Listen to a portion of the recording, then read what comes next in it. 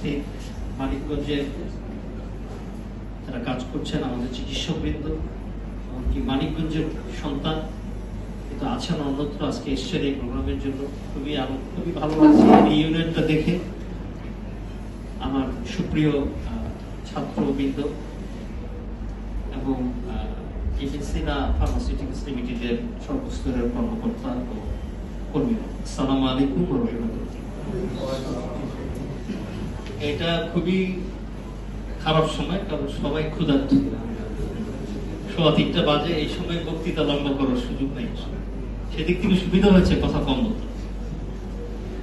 তো আমার 1 নম্বর কথা হলো যে ন্যাশনাল ডক্টর সোনামের কাজ কি। আমরা ন্যাশনাল ডক্টর সোনাম বিশাল একটা গঠনতন্ত্র দেয়া আছে, কাঠামো দেয়া আছে, অনেক কথা বলা আছে। মূল কথাটা হলো ডাক্তারদেরকে মেডিকেল ইথিক্স মানতে হবে। এটা হলো মূল কথা। আমাদের চিকিৎসকদেরকে, যারা ইসলামী আন্দোলনের চিকিৎসক বলে নিজেদেরকে পরিচয় দেন, তাদেরকে মেডিকেল এথিক্সটা মানতে হবে। এটা কিন্তু ইসলামিক মেডিকেল এথিক্সের কথা বলছি না, আমরা কিন্তু ইসলামিক ফিকার কথা বলছি না, ইসলামিক ফিকার ওনাকে চিকিৎসা বিজ্ঞানের কথা বলছি না। আমরা এখন শুধু বলছি যে আপনারা বাংলাদেশের যে মেডিকেল এথিক্স বিএমপিসি কর্তৃক যেটা বলা আছে সেটাই মেনে চলুন। বাংলাদেশের কনস্টিটিউশনের জন্য যেমন সত্য যে খুব বেশি ইসলামিক কনস্টিটিউশন করতে গেলে খুব বেশি কাটাছাড়া করতে হবে, একইভাবে এটা আমার আইনজীবী আমরা ভালো বলতে হবে, একইভাবে বিএমপিসি কর্তৃক যে মেডিকেল এথিক্স এখন বই এখানে আছে সেইটা মেনে চলাই যথেষ্ট।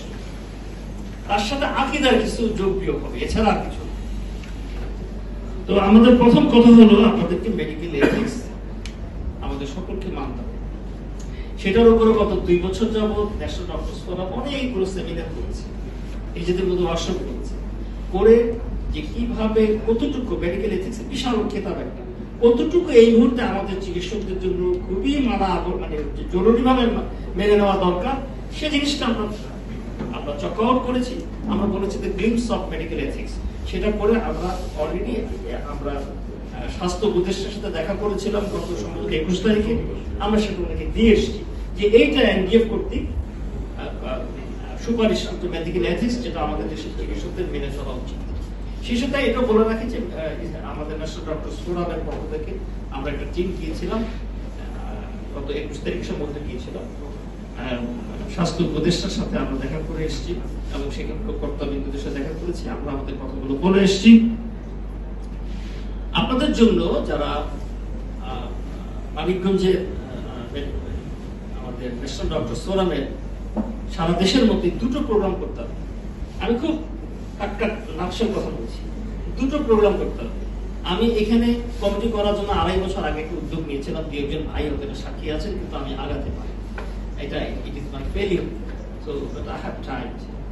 তো আপনার 2টো প্রোগ্রাম করতে হবে। একটা হলো আপনি কোরআনের উপরে একটা প্রোগ্রাম করবেন, বা ইসলামিক লিটারেচারের উপরে বা নৈতিকতার উপরে একটা প্রোগ্রাম করবেন, আর একটা প্রোগ্রাম করবেন সেমিনার।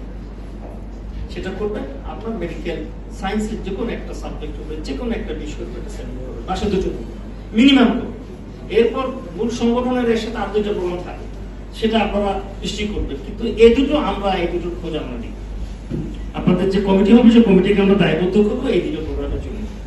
ছাত্রদের জন্য আরো একটা স্পেশাল কথা হলো যে প্রিয় ছাত্ররা, তোমরা আমাদের এখন সন্তান তুল্য, আমরা তো রিটায়ারমেন্ট মধ্যে আছি। তো গভর্নমেন্টের হিসাবে আমরা রিটায়ারমেন্ট এক্সপায়ারি ডেট পার হয়ে যাচ্ছে। তো তোমরাই আমাদের ভবিষ্যৎ। তো তোমাদেরকে যেটা করতে হবে, ঠিক মতো লেখাপড়া করতে হবে। সবকিছু বাদ দিয়ে সবার আগে জিজ্ঞেস করা হবে লেখাপড়াটা ঠিক মতো আছে কিনা। নিয়মিত পাস করতে হবে, ক্লাসে যেতে হবে, ভালো করে বুঝতে হবে, এবং তোমাদের ব্ল্যাক অ্যান্ড হোয়াইট যে জিনিসগুলো তোমাদের টেক্সটে আছে সেটাকে রোগী বেডের কাছে নিয়ে আসার যে কৌশল, এটার জন্য গভীর অভিনিবেশ লাগে। এটার জন্য নিরন্তর পড়াশোনা, নিরন্তর চেষ্টা করতে হবে। চট করে একজন ভালো ক্লিনিশিয়ান হয়ে যায় না, এটা অসম্ভব। সেজন্য যে অভিনিবেশটা দরকার সেটা তোমাদেরকে দিতে হবে।